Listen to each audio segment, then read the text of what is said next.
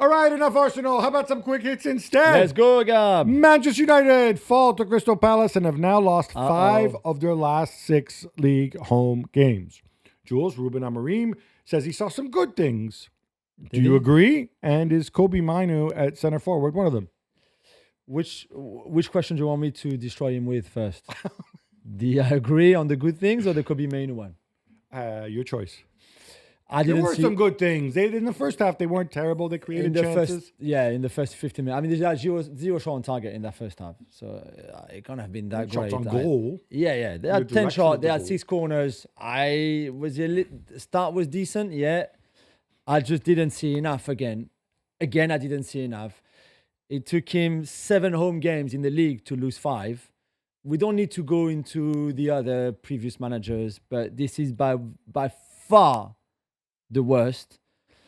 The Kobe Mainu as a number 9 is mind-blowing and blew my mind yesterday. Did he try, do you think, to send a message to his board and to people saying, I need a number 9 badly because Zirkzee and Højlund, I don't like them, they're not good enough? You probably should have sent it earlier, given the windows shutting. Absolutely. That's exactly my point. What do you do it now then? No, he's not. I think he's trying. And then Kobe Mainu, why? What? Really, why? Well, it's funny because I was watching on English television, people trying to justify, look, he's gifted, and look, he can bring other players in, and Garnacho and Amad Diallo run past him. Look, I have to stay consistent. I've said this is the point where you pack it in the league, use the league for your experiments and to teach your football, and focus on the Europa League and the FA Cup, right? Yeah.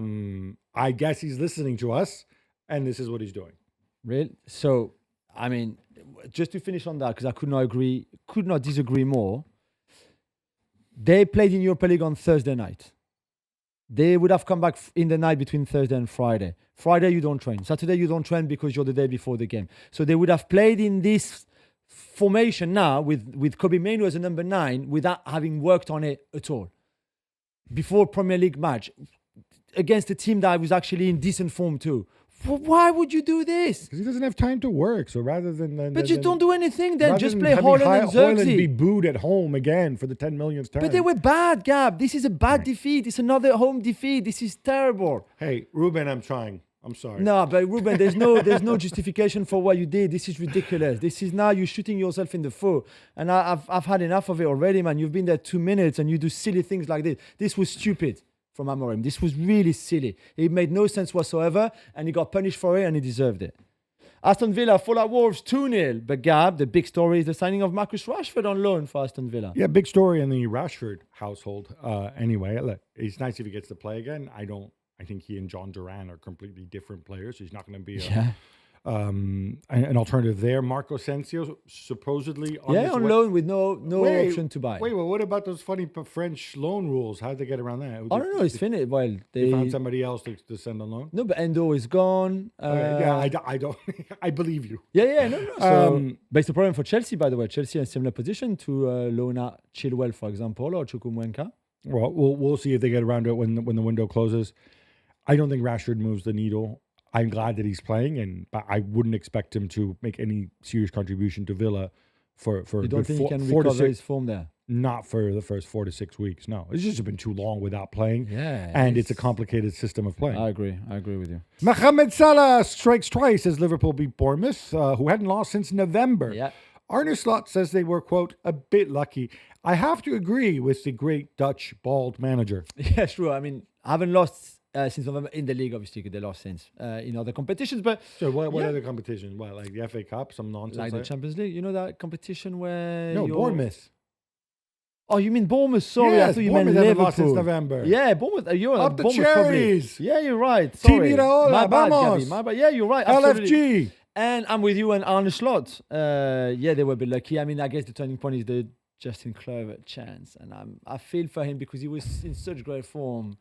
I thought even before that, Bournemouth hit the woodwork twice. Yeah, yes. There was the penalty is about as soft as it gets, and the goal. I disagree with you on the penalty. The goal is another moment of genius from Mohamed Salah. Yeah, but before the goal, there's the Kluivert that can make it 1-1. No, of course. But I'm saying is like even that second goal, absolutely. like nobody else on the pitch does that. That's true. And Liverpool have nothing else really outside of those two chances. Pretty much. I start to wonder if fatigue isn't catching up a little bit with them. Yeah, maybe that's a good point. We'll have to see, and not that many people will put them under pressure like Bournemouth did with that kind of That's intensity. true. That's the flip side. Yeah, They don't have to play it all again. yeah, exactly. Tottenham Hotspur win their first league game since mid-December as they Hey! roll past Brentford 2-0. Jules, this was not Ange ball, Oh. but it's 3 points. It is, and I guess that's all that matters.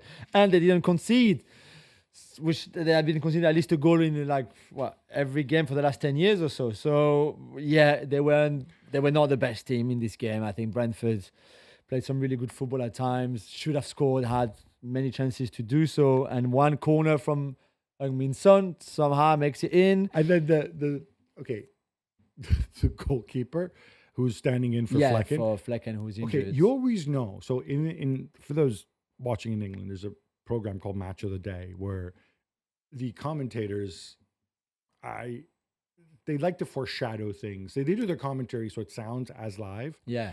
They had this whole to do with the goalkeeper, Valdemirson, and his hat. Is he going to put his hat on? Is he not going to put his hat? Somebody brought him a hat. And I'm like, why do you keep talking about his hat? And then I realized why. Because somehow it would come into play later when he goes and he flaps at the ball and concedes the first goal.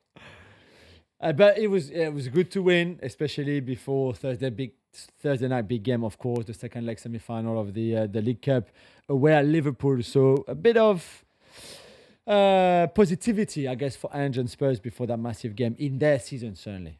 Shout out to Ben Davies as well. Yeah, as ever. Outstanding again. Tottenham have picked up Kevin Danso on loan with obligation to buy for a reported 25 million euros. That's right. From loans.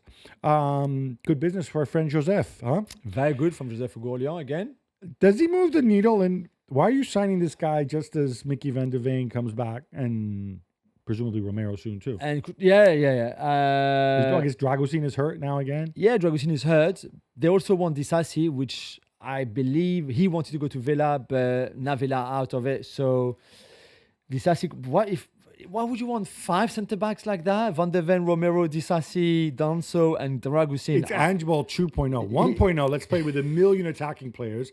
Now we're going to play with 6 centre-backs. Four. We've seen 4 centre-backs in the back four before. Like, look at how France won the World Cup. So, but I love Danso. He's 26 years old. I think this is his value. So whether you think he's too much or not, I personally, I don't think so. At his best, he's outstanding. Really, and he needs to be tested in a league like the Premier League. So he will need to step up and to adapt quickly and to show what he can do. But in France, when he was up for it, outstanding. All right. Every time I've seen him play, he struck me as somebody who was a very good athlete, smart, tough, committed defender. Not exactly the most comfortable on the ball. Is that fair? Is that a thing? Yeah, I think it is. I think he can carry the ball better than being a passer of the ball, if you see what I mean. I think Medina, for example, at Lens was the better passer.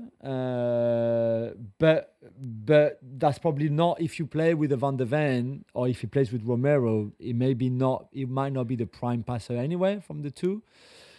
We'll see. I guess he can still improve, but yeah, that's not his best attribute for sure.